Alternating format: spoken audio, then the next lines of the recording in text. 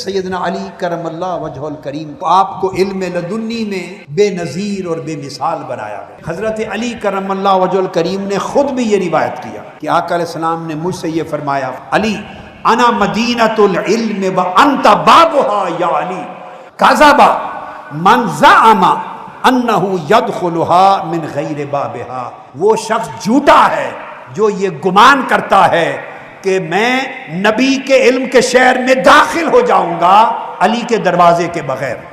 فرمایا وہ جھوٹا ہے۔